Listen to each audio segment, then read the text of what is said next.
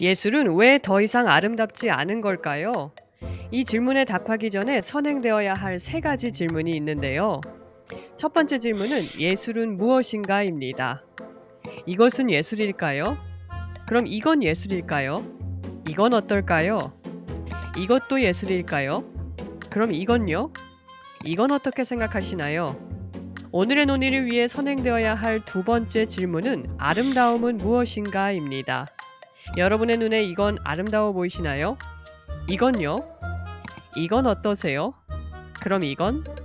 이 사람은 아름다운가요? 그럼 이건 어떻게 생각하시나요? 오늘의 논의를 위한 마지막 질문입니다. 예술과 아름다움은 언제부터 연계되어 왔을까요? 대부분의 사람들은 예술이 아름답기를 기대하는데요. 그리고 현대미술이 이 보편적인 기대감을 배반하는 경우가 자주 있어서 현대미술에 반감을 느끼시는 분들도 꽤 계실 겁니다. 예술이 아름답길 바라는 우리의 기대는 언제부터 생겨난 것일까요? 예술과 아름다움이 언제부터 연관된 개념이 되었는지를 알아야 오늘의 주제인 왜 이 둘이 서로 독립적인 길을 가게 되었는지도 알 수 있을 것입니다.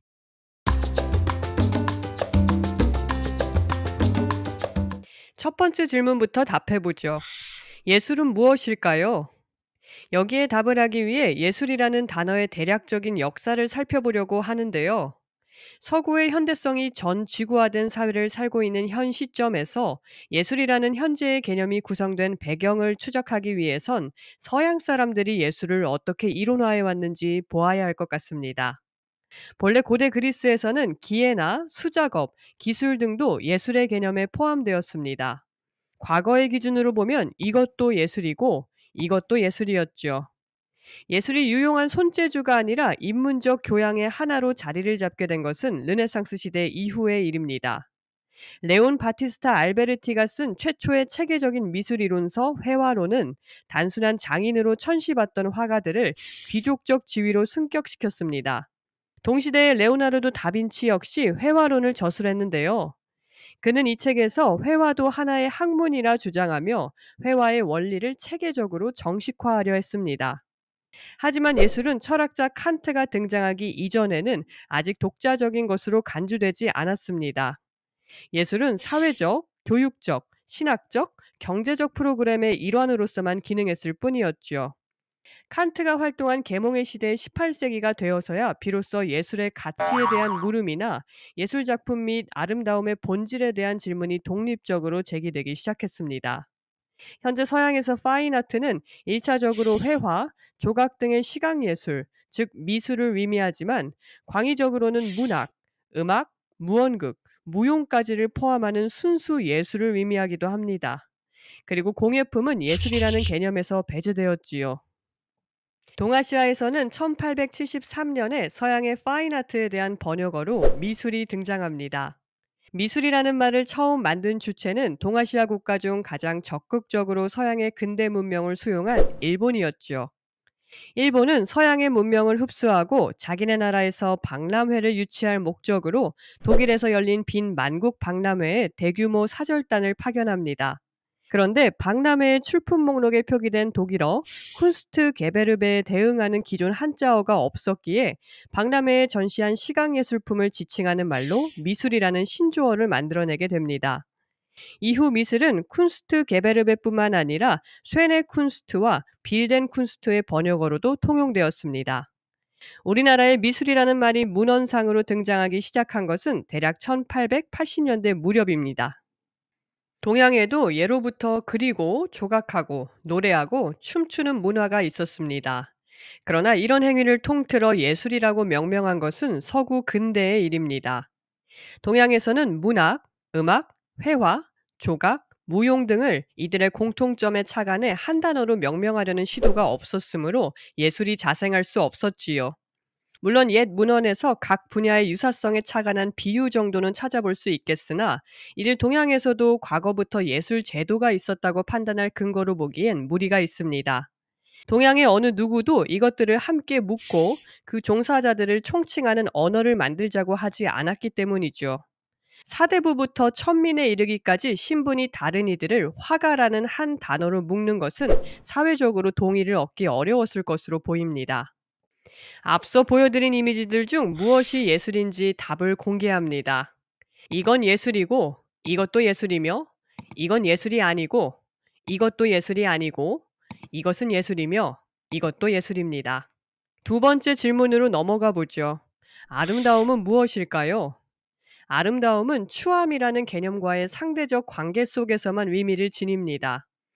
추가 있기에 미도 있는 것이지요. 아름다움은 이상, 이성, 진실, 탁월함, 완벽함, 명료함, 질서, 조화, 문명 등을 나타내어 왔으며 고전기 그리스에서 미와 선은 인류의 높은 이상으로 여겨져 왔습니다. 반면 추는 이 같은 아름다움의 규범에 맞지 않는 것들, 가령 세속적 현실성, 불합리, 악, 무질서, 부조화, 불규칙, 무절제, 중요치 않음 등을 뜻했습니다. 아름다움에 대한 체계적이고 독립적인 논의를 본격적으로 시작한 것 역시도 예술과 마찬가지로 계몽의 시대인 18세기에 들어서면서입니다. 알렉산더 바움가르텐이라는 철학자가 최초로 미학이라는 학문 분야를 창안하죠. 사실 아름다움에 대한 학문인 미학, 에스테릭스의 본래 의미에 더 잘 부합하는 번역은 감성학입니다. 감성이라는 마음의 요소는 이성이라는 개념과 상대적인 관계 속에서 의미를 지니는데요. 감성과 이성의 차이는 뭘까요? 질문이 어려운가요? 그럼 다시 질문해 보겠습니다. 두 이미지 중 어떤 이미지가 더 감성적으로 보이시나요? 이 둘은요? 그럼 이 둘 중엔 어떤 게 감성적으로 보이시나요? 감성과 이성의 이분법은 우리의 마음에 논리적이고 법칙이 될 수 있는 영역이 있는 반면 비논리적이어서 법칙이 될 수 없는 영역도 있다는 사고방식에 근거합니다. 서양에서 전통적으로 법칙으로 환원될 수 없는 마음 요소인 감성을 이성에 비해 저급한 인식으로 치부했죠. 감성을 폄하한 대표 주자가 바로 서양 철학의 아버지 플라톤입니다. 이 플라톤의 인식을 후에 데카르트가 이어받게 되죠. 따라서 미학 혹은 감성학이 등장했다는 사실은 서구에서 이성에 기초한 합리주의 형이상학이 위심을 받기 시작했다는 사실을 방증합니다. 18세기에 접어들어 감성적 지각의 타당성을 인정하고 감각 및 감각 대상을 긍정적으로 평가하는 시각이 힘을 얻기 시작합니다. 애초에 미학은 감성의 옹으로 생겨난 것이지 예술의 이론으로 출발한 것은 아니었습니다. 인간의 마음이 실제로 어떻게 구성되었는지 아는 사람은 아무도 없을 겁니다. 단지 인간의 마음을 이성과 감성이라는 이분법적 틀로 보는 것이 인간의 마음을 이해하는 데 어느 정도 효과적인 방식이었기에 많은 이들에게 통용되고 있는 것입니다. 이런 분류가 통용되고 있다고 해서 이 분류가 진리인 것은 아니죠. 최초로 미학이라는 이름의 철학 분과를 구상한 알렉산더 바움가르텐 역시 이성과 감성이라는 이분법으로 마음을 재단하는 사고의 패러다임에서 벗어날 수 없었기에 감성학인 미학을 창시한 것입니다. 그러나 그는 기존에 폄하되어 왔던 감성을 고유의 풍요로움과 복잡함, 필연성을 수반하는 독특한 인식으로 재평가했죠. 감성에 대해 다루는 학문이었던 미학이 본격적으로 아름다움과 예술에 대한 탐구를 지칭하는 오늘날의 의미를 획득한 것은 칸트가 판단력 비판을 저술한 이후의 일입니다. 칸트가 쓴 이 책을 통해 이제 미학이라는 말은 감성의 이론에서 취미의 이론으로 바뀌게 됩니다. 그는 취미를 아름다움을 판정하는 능력이라 규정합니다. 칸트에 따르면 아름다움이라는 단어도 감성이라는 단어와 마찬가지로 논리나 법칙으로 환원될 수 있는 대상이 아닙니다. 아름다움은 많은 것을 사유하도록 유발하지만 그럼에도 특정 사유나 그 어떤 개념도 아름다움이라는 표상을 감당할 수 없으며 따라서 어떠한 언어도 이 표상에 완전히 도달하여 그것을 설명할 수 없습니다. 칸트에게 아름다움은 어떤 개념이 없어도 보편적인 흡족의 대상으로 표상되는 것을 의미합니다. 칸트에게 아름다운 모든 것이 예술이어야 하는 것은 아니지만 예술은 모두 아름다워야 합니다. 칸트는 추한 예술이 가능하다고 생각하지 않았습니다. 또 아름다움을 판단하는 기준에 대해 논리적 보편성까지는 주장할 수 없을지라도 보편적 동의는 필요하다고 말합니다. 오늘의 세 번째 질문으로 넘어가 보도록 하죠. 이렇게 밀접하게 연관되어 있었던 예술과 아름다움은 왜 서로 독립적인 길을 가게 된 것일까요? 프랑스의 후기 구조주의 철학자 데리다는 다름을 의미하는 불어 디페랑스의 어원인 디퍼에 다르다는 의미뿐만 아니라 복종하다, 경의를 표하다라는 의미가 있음을 발견합니다. 언어를 기호화하는 가장 중요한 요소는 차이입니다. 그런데 차이를 의미하는 단어의 어원이 실은 단순한 차이를 넘어 복종과 경의의 단계로 진행된다는 것은 언어 구조 안에 짝을 이루는 개념들 사이에 관계가 평등하지 않다는 것을 의미합니다. 대구를 이루는 단어들의 상당수가 실은 종속 관계입니다. 예를 들어 이성과 감성, 아름다움과 추함, 전쟁과 평화, 삶과 죽음, 동양과 서양, 남성과 여성 같은 대립 개념들을 보면 이성이 감성보다, 아름다움이 추함보다, 평화가 전쟁보다, 삶이 죽음보다, 서양이 동양보다, 남성이 여성보다 긍정적이고 우월한 의미로 이해되어 왔죠. 후기 구조주의 철학자들의 이러한 발견은 이후 역사에서 제외되었거나 열등하다고 이해되었던 지역, 성별, 인종적 정체성에 주목하도록 유도하며 이들이 서열을 전복하는 데 큰 영향을 줍니다. 마르크스주의, 페미니즘, 비판적 인종이론, 탈식민주의 이론, 동성이론을 포함하는 지배적인 이론 진영에서 가치라는 것이 계급, 인종, 젠더, 성적 성향과 같은 요소에 의해 규정된다고 믿기 시작했습니다. 학자들은 다양한 가치들을 위계적으로 배치하는 메커니즘에 기저해 모든 인간에게 통용되는 보편 타당한 근거 따위는 없다는 사실을 예리하게 지적합니다. 미와 추 역시 상호 위존적이고 질이나 시대, 문화나 민족 같은 다양한 매개 변수에 의해 규정되는 개념이지 모든 시대와 지리를 초월한 보편적인 아름다움 같은 것은 없습니다. 칸트가 주장했던 주관적 보편 타당성을 지닌 아름다움이 실은 백인, 앵글로색슨, 개신교도의 취향이었을 뿐이라는 게 이들의 생각입니다. 이러한 인식의 변화를 견인한 것은 바로 과학기술과 기술혁명이 불러일으킨 세계사적 사건들이었습니다. 산업혁명으로 인해 나라는 부강해졌으나 그 나라에 사는 대다수의 사람들은 엄청나게 열악한 노동환경으로 내몰렸습니다. 그 후 일어난 양차 세계대전에서 사람들은 눈부시게 발전한 과학기술이 대량 학살에도 사용될 수 있다는 사실을 똑똑히 보게 됩니다. 이성과 합리성에 대해 서구가 지닌 유구한 맹신의 역사는 전쟁으로 인해 산산조각이 납니다. 학자들뿐만 아니라 예술가들도 비극적인 시대상에 격렬히 반응하기 시작합니다. 다다이즘이라는 예술사조는 1차 세계대전 마렵부터 유럽과 미국을 중심으로 일어난 예술운동을 의미합니다. 여기서 다다는 어린이들이 타고 노는 목마를 가리키는 말인데요. 다다이즘의 본질인 무의미함을 암시하는 단어입니다. 기존의 예술은 줄곧 의미와 가치의 담지자로서 기능했고 미술 작품의 해석 역시 작품에 존재한다고 상정된 의미로 작품을 환원하는 방식으로 진행되어 왔지요. 그런데 이 작품과 의미 혹은 기표와 기의 사이의 관계가 실은 자위적이고 허구적이었다는 사실이 탄로납니다.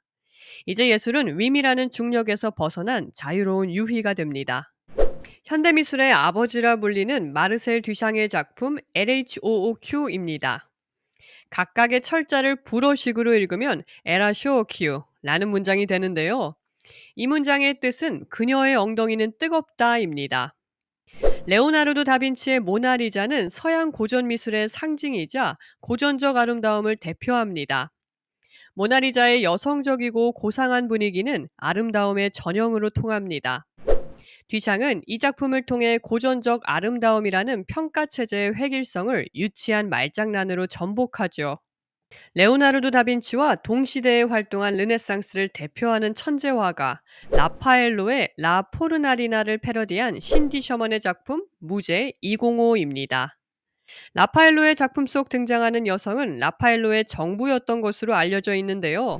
라파엘로의 그림을 패러디한 모델은 작가 자신입니다. 그런데 묘하게 우스꽝스럽고 어딘가 이상합니다. 작가는 이 작품을 통해 관습적인 서양 미술의 여성 스테레오타입을 과장해서 표현함으로써 기존의 미와 추라는 종속적 관계를 전복하고 있죠. 오늘은 미술이 왜 더 이상 아름답지 않은지에 대해 살펴보았는데요. 현대에도 여전히 아름다움의 이상을 작품을 통해 구현하려는 많은 작가들이 존재합니다.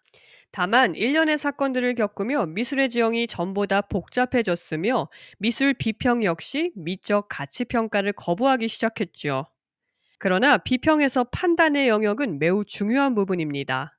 무엇이 더 나은지 섣불리 판단하기 어려워진 다양성의 시대는 얼핏 보면 고전 미술의 시대보다 더욱 평등한 세계일 것 같습니다.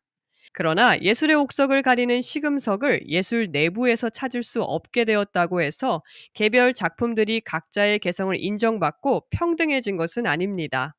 오히려 비평이 가치평가적 작업을 꺼리게 되면서 작품이 오직 교환 가치로만, 다시 말해 가격으로만 판단받게 되는 상황에 놓이게 됩니다. 다양한 가치들이 존중받는 이상적인 세상이 도래해야 할 것 같은데 오히려 미술 시장은 그 어느 때보다도 승자독식적입니다. 예술이 삶을 예술보다 더 즐겁고 의미 있게 만들어줄 그날까지 양질의 컨텐츠 제작을 위해 최선을 다하겠습니다. 여러분의 좋아요, 구독, 알림 설정은 큰 힘이 됩니다. 이상 거꾸로 읽는 미술사의 거미였습니다.